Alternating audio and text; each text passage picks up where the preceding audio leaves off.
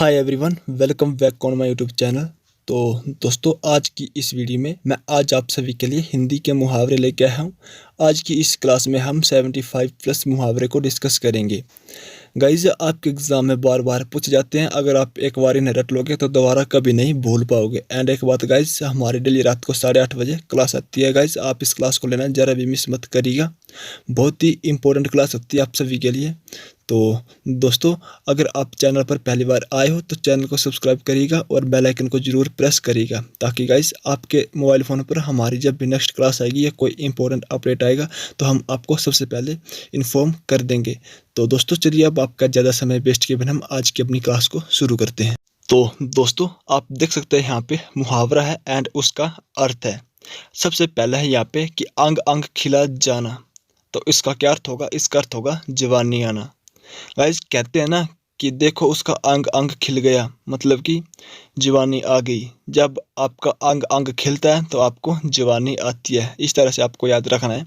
Next है कि अंग अंग टूट जाना। दोस्तों, बदन में दर्द होना। जब आपका कोई अंग अंग गाइस टूट जाए तो आपको दर्द होगी। तो आपको इसे याद रखना है कि अंग अंग टूट जाना, बदन में दर्द होना। अंग ढीला होना। आपको पता है कि अगर हमारा कोई अंग ढीला हो गया तो हम जब जल्दी थक जाएंगे, तो इसलिए आप इसको याद रखिएगा, अंग अंग ढीला होना, थक जाना। अगला क्वेश्चन है कि अंगार सिर पर धरना। इसका अर्थ होगा कठिन सुख सहना। नेक्स्ट हो जाएगा कि अंगुली करना, यानी कि परेशान करना। जब गाइज आप जब किसी को उंगली करते हैं तो आप उसे परेशान करते हैं। ठीक है, आपको याद रखना है कि उंगली करना, परेशान करना। उसके बाद अंगूठा दिखाना। जब आप अंगूठा दिखाते हो तो वक्त पर ना कर देना, मना। जैसे कि अंगूठा दिखाना कि आपका मतलब हो गया नहीं, मैं नहीं करने वाला। उसके बाद है कि आंतर्य कुल बुलाना। तो इसका अर्थ हो जाएगा तेज भूख लगना। नेक्स्ट है कि आंतड़ियों में बल पड़ना। तो इसका अर्थ हो जाएगा पेट और आंतों में दर्द होना। नेक्स्ट है कि आंतड़ी की बात जानना। तो किसी को भली भांति जानना, यानी कि जब आप आंतड़ी की बात जान लेते हैं तो आप किसी को भी भली भांति जान जाओगे। नेक्स्ट है कि अंधे की लकड़ी।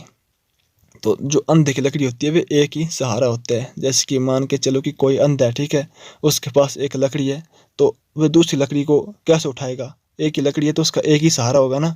अगर उसके वो लकड़ी अगर गुम हो जाएगी तो उसको काफ़ी तकलीफ होगी उसको ढूंढने में। इसलिए अंधे की लकड़ी जो होती है वो एक ही सहारा होती है, तो इसका अर्थ होगा एक ही सहारा। अंधे के हाथ बटेर लगना। तो इसका अर्थ होगा यानी कि मूर्ख या अयोग्य व्यक्ति को अनायास कुछ मिल जाना। तो चलिए गाइस, नेक्स्ट मूव करते हैं। अंधेरी नगरी, यानी कि जहाँ बहुत धांधली या फिर अन्याय हो उसे कहते हैं हम अंधेरी नगरी। अगला हो जाएगा अंधेरे में तीर मारना, व्यर्थ का प्रयत्न करना। गाइस, अंधेरे में तीर मारना क्या होगा? व्यर्थ का प्रयत्न करना। अंधों में काना राजा। तो इसका अर्थ हो जाएगा मूर्खों के बीच अल्पज्ञ व्यक्ति। नेक्स्ट है कि अकल का अंधा होना। तो इसका अर्थ होगा मूर्ख होना। अक्ल का अंधा होना, मूर्ख होना। अगला है कि अक्ल के घोड़े दौड़ाना। तो कल्पना करना। नेक्स्ट हो जाएगा कि अक्ल के पीछे लाठी लिए फिरना। तो मतलब कि मूर्खता करना। जब आप अक्ल के पीछे लाठी लिए फिरते हैं तो आप जो होते हैं वो मूर्खता करने लगते हैं। तो इसलिए अक्ल के पीछे लाठी लिए फिरना, तो मूर्खता करना। अगर मगर करना। जब आप अगर मगर करते हैं तो आप बेला बकवास लगाते हैं, यानी कि बेकार बकवास करना या फिर टाल मटोल करना। इसका ये आपको किस तरह से याद करना है।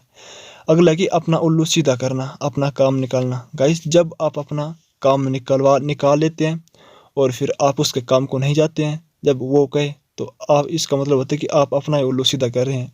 तो इसलिए आपको याद रखना कि अपना उल्लू सीधा करना, अपना काम निकालना। अगला है कि अपना सा मुंह लेकर रह जाना, यानी कि जब आप शर्मिंदा हो जाते हो तो गाइज आपका जो मुंह होता है वो मतलब रेड कलर का थोड़ा थोड़ा लगने लगता है।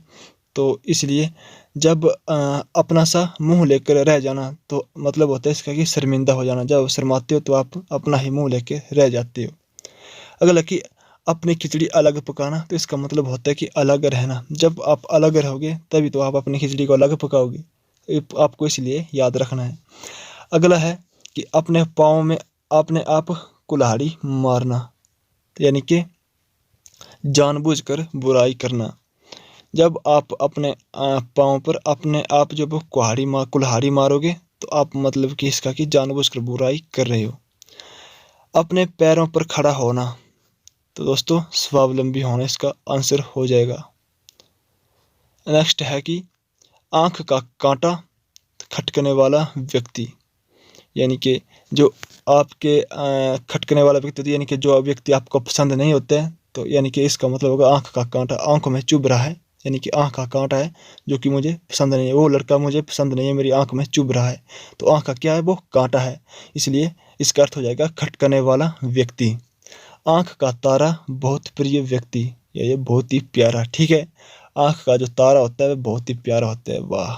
नेक्स्ट हो जाएगा कि आंख चार होना, तो दोस्तों इसका जो मीनिंग हो जाएगा वह होता है आंखें से आंख मिलाना।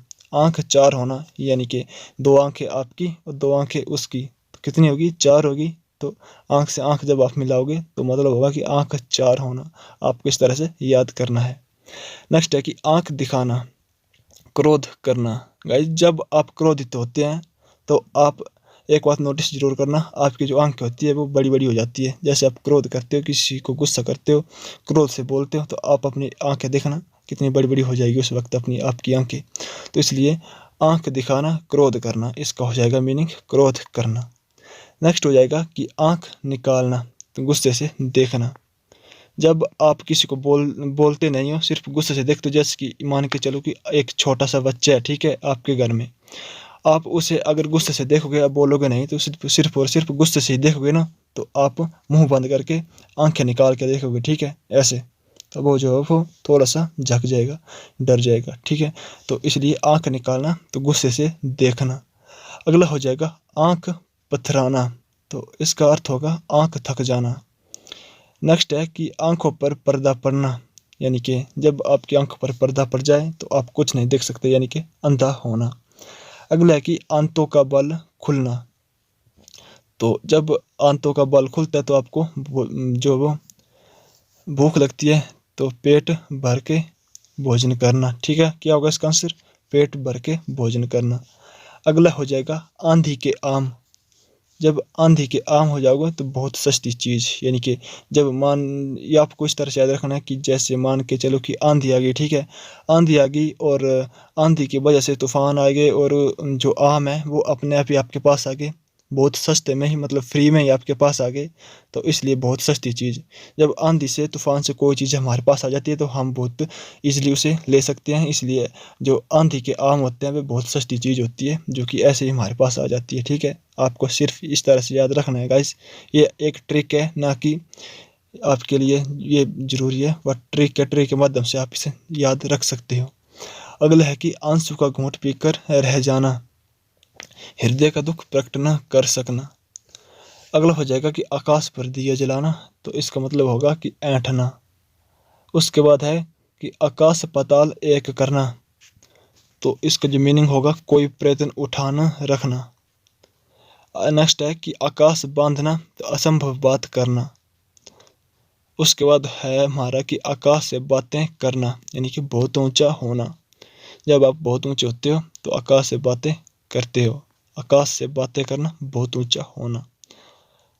आग उगलना, गोले बरसना, क्रोध भरे वचन कहना। मतलब जब आप आग उगलते हो तो गोले बरसने लगते हैं, क्रोध भरे वचन कहना, बहुत कुछ कहने लगते हो आप क्रोध से। उसके बाद है आग उठाना, लड़ाई झगड़ा मोल देना। क्या होगा इसका, आग उठाना, लड़ाई झगड़ा मोल देना। उसके बाद है कि आग का पुतला, तो दोस्तों इसका हो जाएगा बहुत क्रोधी। आग का पुतला बहुत क्रोधी होता है, जैसे कि मानो कि आग का पुतला है, ठीक है, एक पुतला है, उसको आग लगा दी, ठीक है, और वो जला। जब हम उसके नज़दीक जाओगे तो हमें जब वो आग आग लगने लगेगी, हमें उसके नज़दीक नहीं जा सकते क्योंकि वो बहुत क्रोधित है, इसलिए हम उसके नज़दीक नहीं जा सकते। हम उसके नज़दीक जाओगे तो हम जो वो आग से जल भी सकते हैं, इसलिए आग का पुतला बहुत क्रोधी। नेक्स्ट है कि आग पर घी डालना, तो किसी के क्रोध को और भड़काना। जैसे आप आग पर घी डालते हैं, कभी डाल के देखना घी या तेल, आग पर घी या तेल डालते हैं तो वो आग जो होती है वो एकदम जो रफ्तार पकड़ लेती है, एकदम फास्ट आग जो वो जलने लगती है। इसलिए आग पर जब घी डालना तो इसका मीनिंग होता है कि किसी के क्रोध को और भड़काना, यानी कि कोई पहले से गुस्सा है उसको और भड़काना कि ज़्यादा उसको और गुस्सा है और वो ज़्यादा कुछ और कोई कदम उठा ले। तो आग पर घी डालने का मतलब होता है किसी को क्रोध और भड़काना। उसके बाद है कि आग बबूला होना, तो इसका अर्थ होता है कि अत्यंत क्रोधी होना। चलिए नेक्स्ट देखते हैं। आंखों में धूल झोंकना, यानी कि धोखा देना। कोई आपको धोखा दे रहा है तो मतलब कि आपकी आंखों में धूल झोंक रहा है। आपने बोलना है कि आंखों में धूल झोंक रहा है या मेरे को धोखा दे रहा है। ठीक है, दोनों का मतलब एक ही, जैसे कि आंखों में धूल झोंकना मतलब है धोखा देना। उसके बाद है कि आपे से बाहर आना, बहुत क्रोधित होना। आसमान सिर पर उठाना यानी बहुत शोर करना। उसके बाद है कि आटा गीला होना, आफत का सामना करना। तो गाइज आटा गीला होना, आफत का सामना करना। उसके बाद है आटा दाल का भाव मालूम होना, होश ठिकाने होना। जब आपको आटा और दाल का भाव मालूम होगा तभी आपके होश ठिकाने आओगे, तभी आप जब वो काम करने लगोगे। और जिसको भी आटे दाल का भाव मालूम नहीं होगा तो वो फ्री टेंशन होके कुछ भी करने लगेगा, उसको कोई होश नहीं होगी ना कुछ होगा। ठीक है, जब उसको बड़ा होकर पता लगेगा कि आटे दाल का भाव कितना कितना है तो अब उसको होश आएगी कि हमें कुछ करना चाहिए, क्योंकि आटा दाल का भाव बहुत बढ़ गया है। ठीक है, तो इसलिए आपको इसी से याद रखना कि आटा दाल का भाव मालूम होना, होश ठिकाने होना। उसके बाद है कि आटे में नमक, तो इसका हो जाएगा कि इतना कम कि जाना ना जा सके। नेक्स्ट है कि आत्मा ठंडी होना, मतलब कि प्रसन्न होना। आसमान पर थूकना यानी वो तो मनुष्यों का निरादर करना। उसके बाद कि आसमान में छेद होना यानी अति वृष्टि। नेक्स्ट है कि आसमान में गिरकर खजूर पर अटकना, यानी आसमान से गिरकर खजूर पर अटक गए तो एक कष्ट से टूटकर दूसरे कष्ट में फंसना। जब आपको कोई एक बीमारी है, एक कष्ट है, ठीक है, उससे आप फ्री हो गए और दूसरे में फंस गए तो क्या मतलब कि आसमान से गिरकर खजूर पर अटकना। नेक्स्ट है कि आस्तीन का सांप, मोस्ट इंपोर्टेंट मुहावरा है दोस्तों ये वाला। आस्तीन का सांप, ऊपर से मित्र और अंदर से शत्रु। क्या इसका मीनिंग? आपके सामने से तो वो आपका फ्रेंड है लेकिन अंदर से क्या आपका दुश्मन भी है, उसे बोलते हैं आस्तीन का सांप। उसके बाद है कि ईंट का जवाब पत्थर से देना, यानी कि कड़ा जवाब देना। आंसर होगा कड़ा जवाब देना। नेक्स्ट है कि ईंट से ईंट बजाना, यानी फूट डालकर लड़ाई करवाना, नष्ट भ्रष्ट करना। ठीक है। ईद का चांद बहुत दुर्लभ वस्तु, क्या होगा? ईद का चांद बहुत दुर्लभ वस्तु। नेक्स्ट है कि 1 और 1 11 होना। जब 1 और 1 11 हो जाएंगे तो संगठन में शक्ति हो जाएगी, संगठन में शक्ति होना। नेक्स्ट है कि एक थैली के चट्टे पट्टे होना, तो सभी का एक सा होना। उसके बाद है कि उंगली उठाना यानी बुरा कहना। उसके बाद है उंगली काटना यानी कि विस्मय से पढ़ना। नेक्स्ट हो जाएगा कि उंगली पकड़कर पहुंचा पकड़ना, यानी थोड़ा सा लेकर पूरा लेने की इच्छा करना। उसके बाद हो जाएगा उंगली पर नाचना यानी परेशान करना। उड़ती चिड़िया के पंख गिनना, बहुत चतुर होना। जो बहुत चतुर है वही उड़ती हुई चिड़ियों के पंख गिन सकता है, इसलिए उड़ती चिड़ियों के पंख गिनना आम इंसान की बात नहीं है। जो बहुत चतुर होगा वही गिन सकता है, तो इसलिए उड़ती चिड़ियों के पंख गिनना, बहुत चतुर होना। उल्टी गंगा बहना, तो अनहोनी बात करना। उसके बाद है कि उल्टी छुरी से काटना, बहुत दुख होना। उल्टी छुरी से काटना, बहुत दुख होना। नेक्स्ट है कि उल्टी माला फेरना, यानी कि बुराई करना। जब आप किसी की बुराई करते हो तो इसका मतलब होता है कि आप उल्टी माला फेर रहे हो। उल्टी माला फेरना, बुराई करना। उसके बाद हो जाएगा ऊँट के मुंह में जीरा देना, अधिक आवश्यकता पर थोड़ी वस्तु देना। यानी ऊँट के मुंह में जीरा देना, यानी ऊँट के मुंह में आप जीरा दोगे तो उसको जीरे की आवश्यकता नहीं है, वो उसको घास की आवश्यकता है, उसको उसके भोजन की आवश्यकता है। इसलिए जब अधिक आवश्यकता पर थोड़ी वस्तु देना, इसका अर्थ हो जाएगा कि ऊँट को क्या अधिक आवश्यकता है पर उसे क्या दे रहे हैं, थोड़ी वस्तु दे रहे हैं, यानी कि थोड़ा सा जीरा दे रहे हैं। इसलिए आपको याद रखना कि ऊँट के मुँह जीरा देना, अधिक आवश्यकता पर थोड़ी वस्तु देना। नेक्स्ट है एक आँख न बहाना, जरा भी अच्छा न लगना। ना उसके बाद हो जाएगा एक आँख से देखना, तो इसका हो जाएगा मीनिंग एक साथ समझना। उसके बाद है कि एक कान से सुनना और दूसरे से निकालना, यानी बात पर ध्यान ना देना। जब आप किसी की बात पर ध्यान नहीं देते हो तो इसका मतलब होता है कि आप एक कान से सुन रहे हो और दूसरे कान से निकाल रहे हो। उसके बाद है कि एक लाठी से हाँकना, सबके हाथ एक सा व्यवहार करना। फिर हो जाएगा कि एक हाथ से ताली न बजना, केवल एक आदमी से झगड़ा न होना। नेक्स्ट हो जाएगा कि एड़ी चाटना, यानी कि खुशामद करना। इसका क्या हो जाएगा? खुशामद करना। उसके बाद कि एड़ी चोटी का जोर लगाना। एड़ी चोटी का जोर लगाना यानी कि बहुत परिश्रम या प्रयास करना। यानी जब आप किसी एग्ज़ाम को पास करने की सोच रहे होते हैं तो आप जो है वो अपनी एड़ी चोटी का जोर लगाए, और जब आप एड़ी चोटी का जोर लगाते हो तो आप बहुत परिश्रम या फिर बहुत प्रयास कर रहे होते हैं उस फील्ड में जाने के लिए। तो आपको क्या करना है गाइज, आपको अपने एग्ज़ाम को पास करने के लिए आपने एड़ी चोटी का जोर लगा देना है, ताकि आप अपना एग्ज़ाम जो वो पास कर सके, बहुत परिश्रम और बहुत प्रयास कर सके आप अपने एग्ज़ाम में को क्रैक करने में। तो दोस्तों ये थी हमारी आज की एक छोटी सी हिंदी की क्लास, एंड आज की इस क्लास में हम आपके साथ मुहावरे को डिस्कस किया। गाइस मोस्ट इम्पोर्टेंट मुहावरे थे, और अगर आप नेक्स्ट क्लास भी गाइस मुहावरे की चाहते हैं पार्ट 2 तो हम आपके साथ लेके आएंगे, ज़रूर लेके आएंगे। अगर चाहिए तो हमें लाइव चैट में बताएं या फिर कमेंट बॉक्स में ज़रूर बताइएगा। तो दोस्तों ये थी हमारी एक छोटी सी हिंदी की क्लास, एंड आपको क्लास कैसी लगी? उम्मीद है कि आपको क्लास पसंद आई होगी, एंड अगर आपको क्लास ज़रा सी भी अच्छी लगी हो तो प्लीज़ इसे लाइक करिएगा। और अगर आप चैनल पर पहली बार विजिट किए हैं तो दोस्तों चैनल को सब्सक्राइब करना बिल्कुल भी मत भूलिएगा, और चैनल को सब्सक्राइब करने के बाद बेल आइकन को तो ज़रूर प्रेस करना है, तभी आपके मोबाइल फ़ोन पर हमारी क्लास का नोटिफिकेशन पहुँचेगा।